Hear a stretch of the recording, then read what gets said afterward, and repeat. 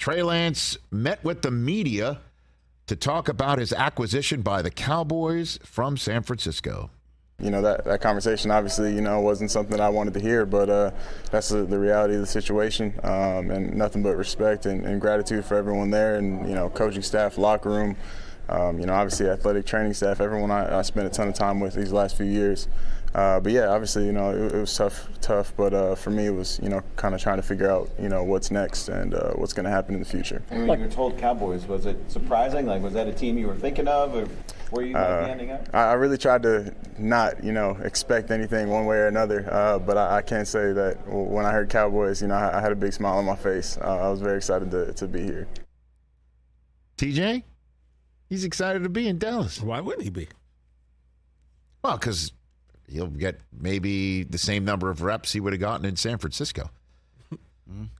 Yeah. If they traded him to New England, but obviously he might be getting reps. Obviously, something was wrong in San Francisco, right? He wasn't happy. Clearly. So you get a new start, but is it really a new start? We don't know what's going on, man. This is very weird. Again, this is not pressuring Dak. This is not pressuring it's Dak, not doing anything. It's just what's having. This do for Trey Lance? It's they think a 4th-round pick was worthy of bringing Trey Lance in, and he's better in their mind than Will Grier. End of story. And they're willing to part with a 4th-round pick for it. And if somehow, some way, something happens with Dak this year and Cooper Rush is up and he goes down, then they saw what happened with San Francisco last year. They don't want to be caught a quarterback shy when they're on a Super Bowl run. Yeah, I don't need Deuce Vaughn taking snaps in the playoff game. Yeah, I know, right? I get that. It's not what you're looking for. Tony Pollard running Wildcat. It's not what you're looking for. Is that what the Packers were going to do, by the way? If they were to get Taylor, they're just going to run a wishbone offense and just have three running backs? No, I think they got Jordan Love. Pretend to be the Sooners? No, they got Jordan Love. So,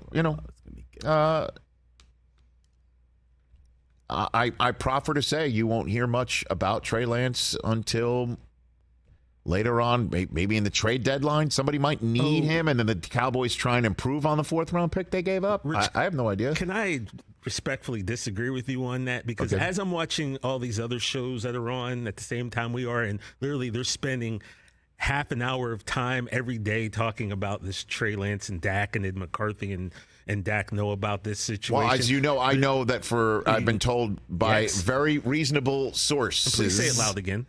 That McCarthy was read into the whole situation the entire time. Which is info that the other people in your seats don't seem to have. But let Dak Prescott throw 2 picks in the first 2 weeks, and then you're going to hear a lot about Trey. And obviously Sunday Night Football will be a big game to start the season, Cowboys and Giants, and then you got the Jets coming in. And so, but that's part and parcel of being the quarterback of the Dallas Cowboys. They're not benching Dak for Trey Lance. That's never happening on planet Earth. They're going to ride it out with Dak, and I don't think they have to ride anything out. They're going to ride or die with Dak. That's the end of story. And if Dak doesn't make it, it'll be Cooper Rush in the game. And let this kid, Trey Lance, just be, develop in peace, for crying out loud. Well, but it's the Dallas Cowboys, and it's a guy who was drafted third. It was a guy who was drafted 3rd overall. And, and not just drafted 3rd overall, but drafted by a team that gave up a ton of draft capital for the right to do that. And he starts 4 games for him, plays in 8 games with them, and gone before the beginning of season 3. That's a rarity. We may not see that too often ever again.